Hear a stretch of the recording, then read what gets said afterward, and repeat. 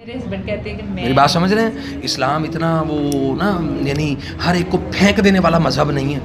یہ ایسا دین نہیں ہے کہ بھی مطلب آپ کو پھینک دیا اس کو پکڑ لیا, اس کو پھینک دیا اس کو پکڑ لیا. تھوڑے سے دانے ہیں میرے دیتے ہیں اور تھوڑے سے بس یہ آپ دیکھیں کہ دیکھیں پہلے زوال پتہ کب قوموں کا زوال کب شروع ہوتا ہے؟ جب قوموں میں انصاف ختم ہو جائے, عدل ختم ہو جائے. اب یہاں پہ وہ پھر آپ کا صبر ہے نا, آپ نے تو خاموشی اختیار کر لی ہے. لیکن ماں باپ اگر اولاد میں تقسیم کے متعلق کسی بھی قسم کا کوئی پرابلم پیدا کریں تو یہ ذہن میں رکھیں کہ ماں باپ اللہ کے ہاں مجرم ہوں گے. نبی علیہ الصلاۃ والسلام نے صحیح حدیث سے فرمایا کہ اعدلوا بین اتقوا اللہ, سب سے پہلے کہا اتقوا اللہ, اللہ سے ڈر جاؤ. تو بس اعدلوا بین ابنائکم و اولادکم. اپنے اور جو وراثت کی تقسیم ہوتی ہے تو یہ ورثہ کس کا ہوتا ہے؟ باپ کا ہوتا ہے. تو وارث کون ہے؟ اولاد. تو اولاد میں تقسیم نہیں کریں گے تو کب کریں گے؟ اب نہیں کریں گے تو کب کریں گے؟ وہ کہتے ہیں ہمارے مرنے کے بعد جو ہوگا وہ دیکھیں. باقیوں کو دیا انہوں نے, ایک دو ہی بھائی ہیں نا. ہاں, میرا میاں الصبر علی الاذى, تکلیف ہے نا تو اس پر صبر کریں. ہاں جی, وہ میرے ذہن میں بہت کافی آتی ہے جب اور دوسری ہاں تو پھر پریشانی بنتی ہے. اور پھر انشاءاللہ آج اندھیرا ہے تو کل سویرا بھی ہوگا انشاءاللہ. تو قاری صاحب میرے اللہ نے تو دعا ہے اللہم اکفنی بحلالک عن حرامک واغننی بفضلک عمن سواک. کثرت سے آپ بھی پڑھیں, بچوں کو بھی پڑھیں. علم سیکھا ہوتا ہے انہوں نے, سفلی عمل. اور دوسرے نمبر پہ وہ لوگ ہوتے ہیں جو قرآن کریم کی وہ صورتیں مثلا سورۃ مزمل, سورت انہوں نے بتائی آپ کو پڑھنے کے لیے, بتائی تھی ابھی اس بات کو 20 سال لا حول ولا قوة. انہوں نے بتائی تھی کہ آپ نے یہ صورتیں بھی تلاوت کر دی ہے, یہ سورۃ مزمل, سورۃ طارق, سورۃ مدثر, اسی طرح وہ کچھ صورتوں کے ان کے اپنے چلے, ٹھیک ہے, وہ خود نہیں کرتے, وہ لوگوں سے کرواتے ہیں. وہ جب لوگوں سے یہ چلے کروا رہے ہوتے ہیں تو اس وقت یہ ساری کیفیات مطلب سامنے آتی ہیں, اور پھر مسائل ختم ہونے کی بجائے وہ اور بڑھتے ہیں.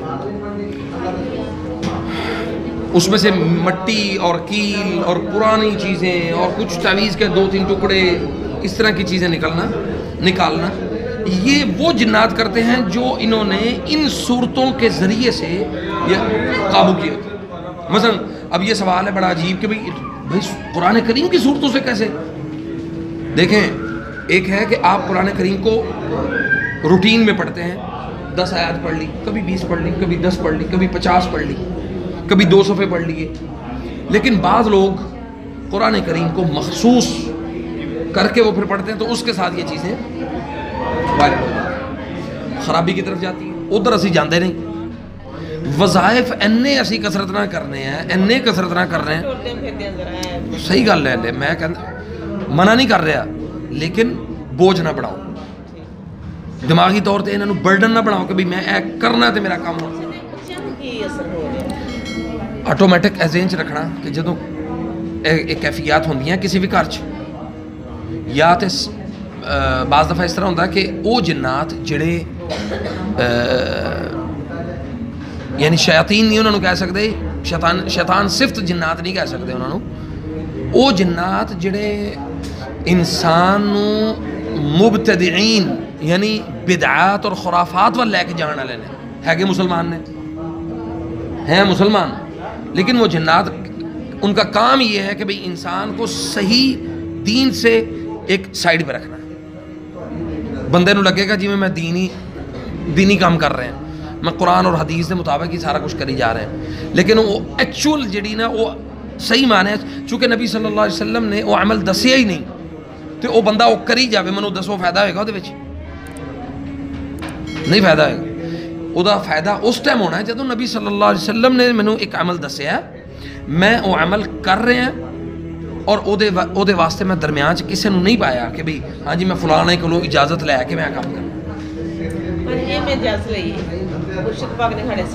ایسی جی تیسی مرشداں دی میری گل سنو, نبی صلی اللہ علیہ وسلم تو بڑا کوئی مرشد نہیں ہے. مطلب ایک آدمی نے اتنی بڑی ایک وہ مسلح تھا یا واللہ عالم صف تھی یا کیا تھا, اس کے اوپر نا کچھ دانے رکھے ہوئے تھے, تو وہ دانے پڑھی جا رہا ہے, ایک دانہ اٹھاتا ہے پڑھ کے ادھر رکھ دیتا ہے, ایک دانہ اٹھاتا ہے پڑھ کے ادھر رکھ دیتا ہے, پھر اٹھاتا ہے پھر رکھ دیتا ہے. میں نے زندگی میں پہلی دفعہ دیکھا یہ کام. سبحان اللہ, پتہ نہیں لاہور میں یا مختلف علاقوں کی مساجد میں کیا کچھ ہوتا ہے, تو میں ساتھ اس نے لیپ ٹاپ رکھا ہوا ہے اور کچھ اپنے وہ رکھے ہوئے ہیں، ایک دو اسپیکر رکھے ہوئے ہیں. تو یہ زبیر بھائی نے ان سے پوچھا کہ آپ یہ کیا پڑھ رہے ہیں؟ انہوں نے کہا جی میں اللہ کا ذکر پڑھ رہا ہوں. کہا یار یہ طریقہ تو نہیں ہے.